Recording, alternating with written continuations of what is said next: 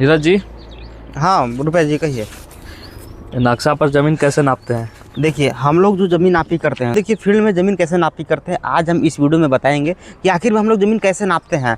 नक्शा से हो गया या दखल हो गया या बंटवारा हो गया या नक्शा ट्रेस हो गया, हम लोग किस प्रकार से काम करते हैं आज हम पूरा डिटेल से आपको बताएंगे। देखिए क्या होता है कि जब हम लोग फील्ड में जाते हैं तो हम यही बताएंगे कि फील्ड में हम लोग काम कैसे करते हैं। देखिए कहने का मतलब है कि हम लोग फील्ड में जाते हैं तो हम लोग के दो प्रकार से काम मिलता है। एक मिलता है कि प्लॉट का सीमांकन करने के मिलता है और एक होता है प्लॉट का सीमांकन करके उसका बंटवारा करना होता है। तो हम लोग के जिस प्रकार से काम मिलता है उस प्रकार से हम लोग काम करते हैं। और फिर तीसरा, जैसे कि पहली बात है कि हम लोग के सीमांकन करने का मामला मिलता है तो हम लोग नक्शा से सीमांकन करते हैं, और एक होता है कि सीमांकन करके बंटवारा करना होता है तो हम लोग सीमांकन करके बंटवारा भी हम लोग करते हैं। और उसके साथ साथ में बहुत लोग बोलते हैं कि नहीं, जो हमारा दखल कब्जे में प्लॉट है, जो दखल कब्जे में जो भूमि है, इसका हमकारा सिर्फ बंटवारा कीजिए या हमारा इसको तौलिए, तो हम लोग उस प्रकार से उसका काम करते हैं। तो हम लोग फील्ड में इस प्रकार से कार्य करते हैं, और आइए हम किस प्रकार से कार्य करते हैं या हम आपको पूरा डिटेल से बताने का काम करेंगे। तो कहने का मतलब है कि मेरे पास एक गुनिया यंत्र है। इस गुनिया यंत्र को आप देख रहे होंगे, यह जो मेरे पास गुनिया यंत्र है,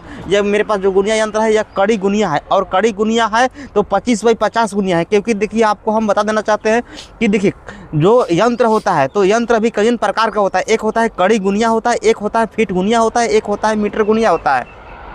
कड़ी, फीट, मीटर, ये 3 गुनिया होता है। और यह जो मेरे पास है यह कड़ी गुनिया है, और कड़ी गुनिया में भी अलग अलग डिफरेंस का होता है। जैसे में 25 बाई 50 गुनिया होता है, 0 बाई 25 गुनिया होता है, 50 बाई 0 गुनिया होता है, इस प्रकार से गुनिया होता है। तो मेरे पास जो गुनिया है यह 25 बाई 50 गुनिया है, और इस गुनिया के सहारे हम आज नाप के बताएंगे, एक प्लॉट को नापी करेंगे नक्शा पर कि किस प्रकार से हम लोग प्लॉट को नापी करते हैं। इससे पहले आप समझ लीजिए कि इस नाप आप जान लीजिए। देखिए यह जो यंत्र है, यह इसका नाम है गुनिया। यह गुनिया 2 इंच का होता है। इसका जो चौड़ाई है आधा इंच है, जो लंबाई है 2 इंच है। तो कहने का मतलब है कि जो इधर के भाग जो आपको दिख रहा है, छोटे छोटे जितना भी छोटे छोटे भाग दिख रहा है, यह सब 20-20 कड़ी के अंतराल पर रेखा खींचा हुआ है, ठीक ना।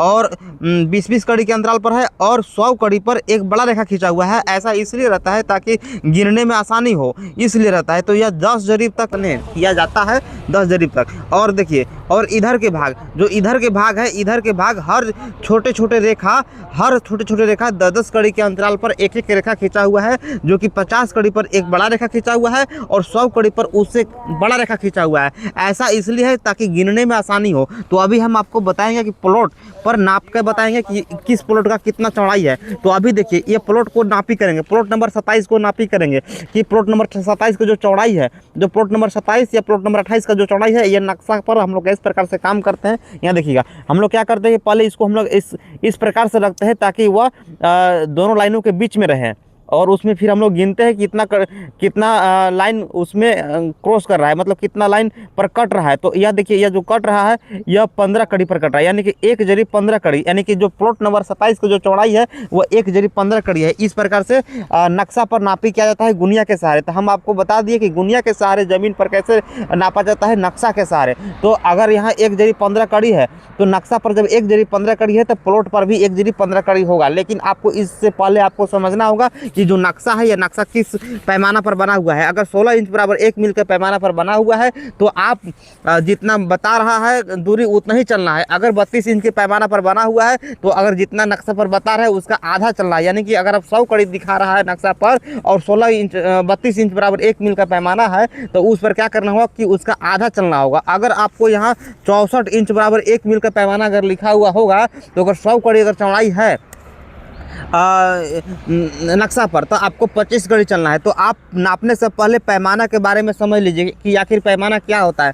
तो पैमाना समझने के बाद ही आप नापी शुरू कीजिएगा, क्योंकि देखिए क्या होता है कि बहुत सारा हम तो आपको बता रहे 16 इंच बराबर 1 मील का पैमाना पर बता रहे हैं आपको, लेकिन आप कहीं अगर 32 इंच के पैमाना पर अगर आप नाप दीजिएगा तो कहीं ना कहीं आपका नापी विवाद भी उत्पन्न हो सकता है। इसलिए आप पैमाना पहले जानिए, पैमाना के जानते हुए उसके बाद आपको कार्य करना। तो इस प्रकार से हम लोग नापी करते हैं फील्ड में नक्शा के सहारे। तो कहने का मतलब है कि नक्शा से सहारे हम लोग इस प्रकार से तो काम करते हैं, लेकिन इसको हम लोग प्लॉट का सीमांकन बोलते हैं। प्लॉट का सीमांकन नक्शा से होता है, तो हम लोग इस प्रकार से प्लॉट का सीमांकन करते हैं। और उसके बाद इसमें क्या होता है कि सीमांकन करने के बाद प्लॉट का हम लोग बंटवारा भी करते हैं। तो प्लॉट का बंटवारा भी हम लोग इसी प्रकार से करते हैं कि जब सीमांकन कर देते हैं तो उसके बाद रकबा उठाते हैं। रकबा उठाने के बाद जितने भाइयों है उस भाइयों में डिवाइड करते हैं कि आखिर कितना कितना शेयर बनना चाहिए। तो इस प्रकार से हम लोग कार्य करते हैं। तो कहने का मतलब यह भी हो गया।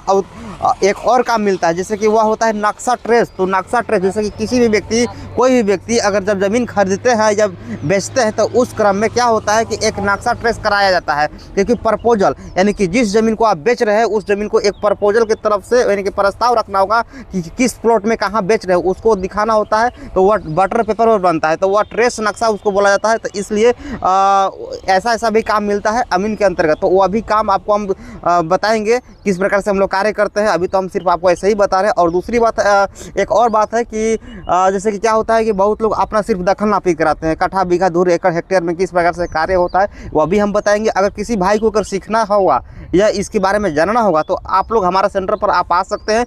बिल्कुल आसान शब्दों में सिखाते हैं, पूरा हाथ धर के सिखाने का काम करते हैं। अब हम लोग फ्री हो गए हैं, पहले तो हम लोग काफ़ी बिजी थे और बहुत मतलब समय के बाद अब मतलब क्या है, अब हम हमेशा बहुत सारा वीडियो अपलोड करेंगे यूट्यूब पर। तो आप यूट्यूब पर भी आप अगर मेरा वीडियो देखिएगा तो वहाँ से भी आपको समझने का बहुत कुछ समझ में भी आएगा। तो कोई भी डाउट होता है तो आप कमेंट कीजिए और फिर बाकी विशेष हम लोग फिर मिलते हैं नेक्स्ट वीडियो में।